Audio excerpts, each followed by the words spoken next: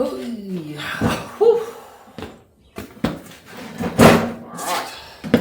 Suppose it's a bit of a time to do this video. There's just a bit of an update on what's going on with the two cars. So, I got my list. The HQ, I'm waiting on parts for. I've obviously dropped it down onto the wheels, put the diff back into it.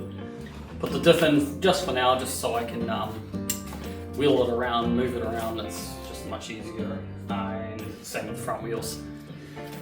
I was going to put the steering rack in to sort of help, but I think maybe I'll just rebuild it and put it all in at once, get the new power steering lines for it. I've got a brand new pump for it, just sitting there, and I guess I'll start doing the fuel lines and the brake lines too in the next few weeks. I just need a special bending tool for it, make sure I don't kink the lines and actually get proper bends into it. And yeah, that right there should be all what's happening with that. Obviously keep you informed and do a proper video soon of actually working on it and getting things done.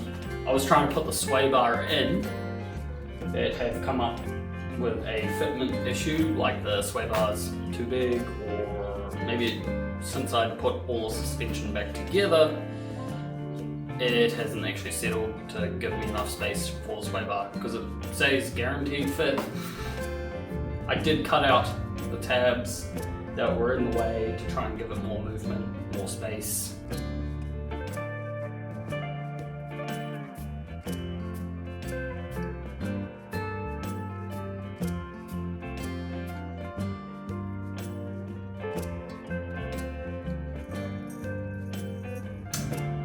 Yeah, okay, so next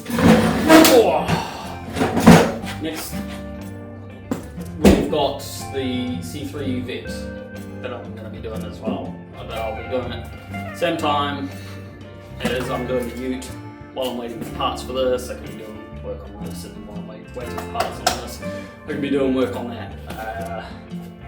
I've just done some timing with it, so now it sort of starts up. No bloody struggle to crank it over and over and over. It starts like a dream now. I'll have to do a carb rebuild on it. Hopefully do a video on that too.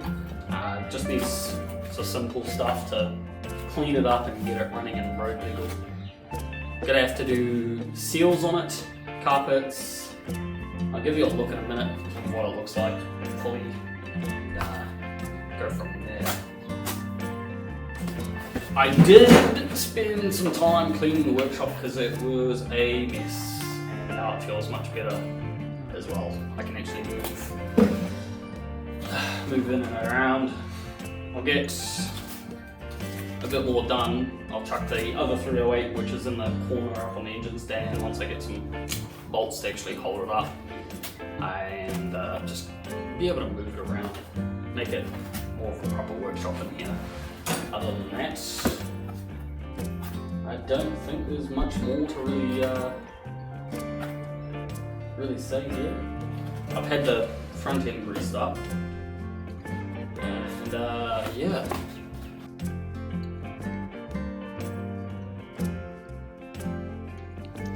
And I'll give you a good look under here.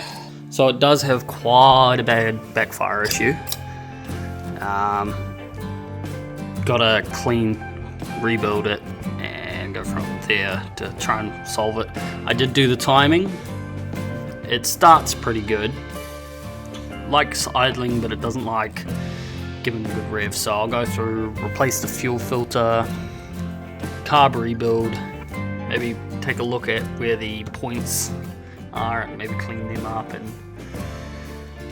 give the rocker covers a nice clean polish, get rid of all this excess paint, and have a list of things that I need to do. Like figure out where this wiring goes to. Like, got just random wires coming through, just hanging about. Go from there, get a new air filter. Well, show you, it starts up quite nice now.